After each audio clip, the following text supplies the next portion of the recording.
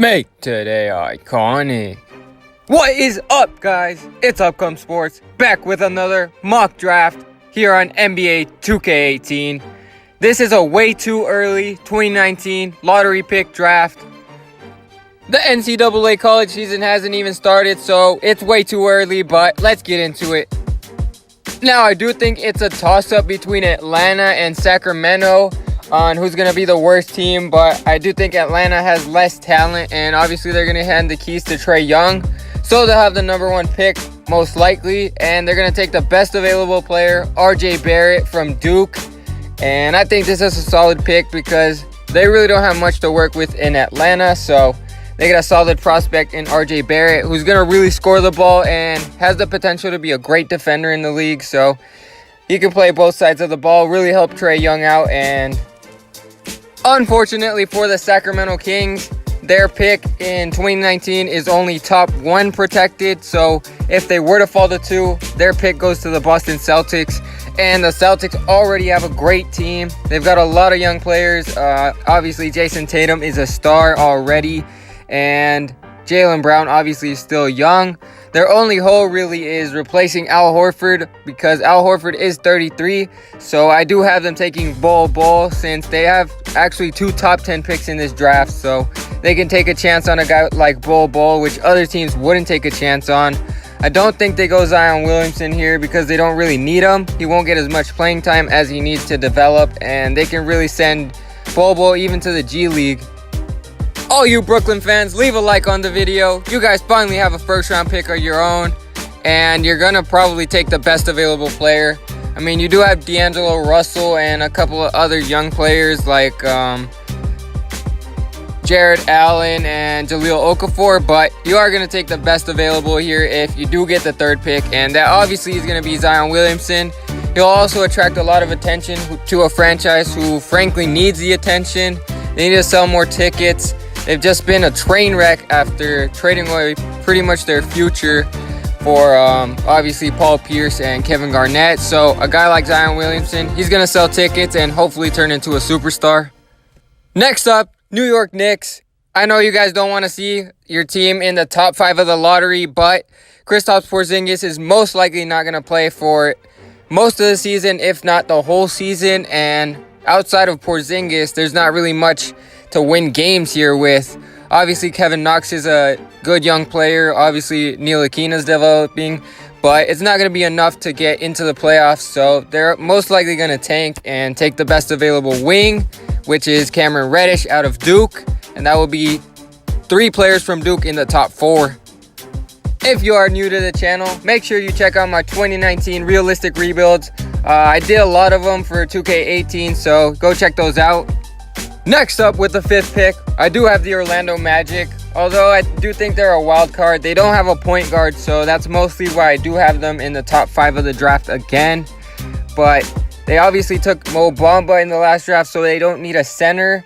And I do think they need a point guard. They need to get a shooting guard even who can play point guard. Romeo Langford fits that role. He's a shooting guard mostly, but he can also play point guard and get some assists out there, get some easy shots for some guys like Aaron Gordon and Jonathan Isaac.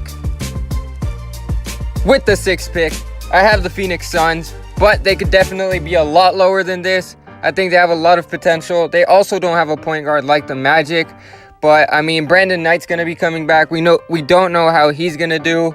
And they obviously drafted the number 1 pick, DeAndre Ayton. Devin Booker's already showing that he's an all-star type player. So I do think they go point guard here. They've got to solidify that. Or, they just can't shy away from that. Unless they're going to play with Booker at the point guard, just like James Harden. But I doubt it. So they're going to take Darius Garland, one of the top point guards in the draft.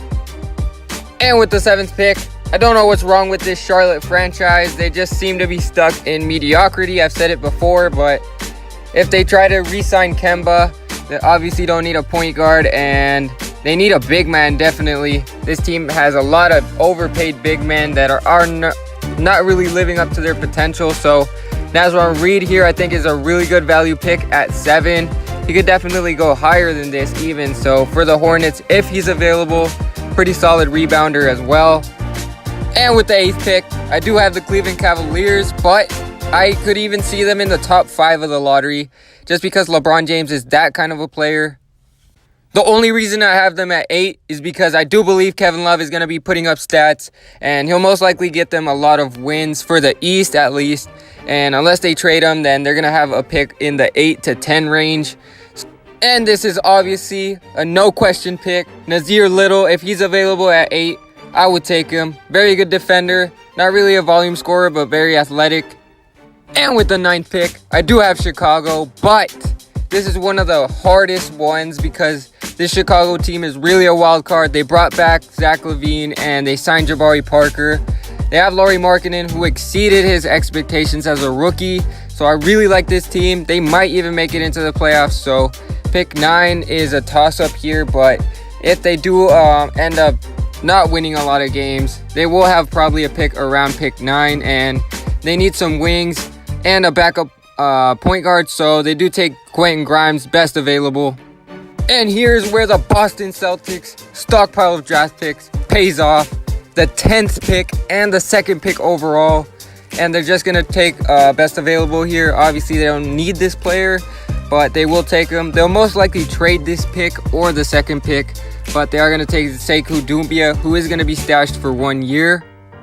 And the Atlanta Hawks are going to have 11 as well as pick 1 because they do have the Dallas Mavericks pick, which is only top 5 protected, and they're just trying to stockpile talent at this point. They're going to take Keldon Johnson out of Kentucky, shooting guard, can also play small forward and defend well. And with the 12th pick in the draft, I don't know why everyone's sleeping on the Clippers, but they're going to be a solid team. You know, Doc Rivers is going to have this team competing. They're not going to be terrible, so they'll have somewhere around this 12 to 14 pick range. Maybe even 10, but that's as low as they'll get. And they do need a power forward, so they are going to take Jalen Smith out of Maryland. He's a very good prospect. He could even go in the top 10, I think. So if he has a really good season at Maryland, I can see him in the top 10. But in this mock draft, he is going to go at 12. So now that the Lakers have LeBron, one team has to be out in the West. Actually, 2 teams are going to be out in the West that did make the playoffs last year, because I do think Denver is going to slide in there as well. So the Pelicans are going to be the odd man out in this situation, and they do need wings. There's still a lot of good available wings at this pick 13. So they are going to take Jalen Horde, a small forward out of Wake Forest. I don't know too much about him, but I do know he is top ranked on ESPN's ranking system. So he's a pretty good wing then.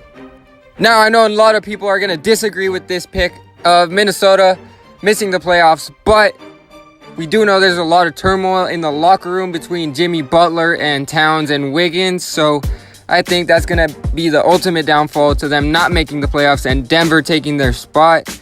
And they obviously need a power forward. That's their only hole right now. Maybe even a point guard, but I do think they need a power forward. Taj Gibson is not going to be there forever, and they are going to go with EJ Montgomery out of Kentucky. Still a very raw prospect, but they can work with him. So here's a quick recap of the mock draft. RJ Barrett going number 1 overall.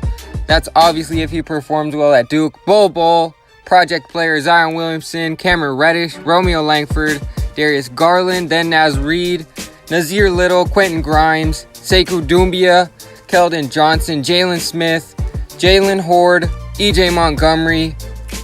So that's going to do it for this video. Let me know what you guys thought of it. Also, let me know any video ideas, and thank you guys for watching. Never get to me. Bring out the Brinks truck. I'm young, flying ice stuff.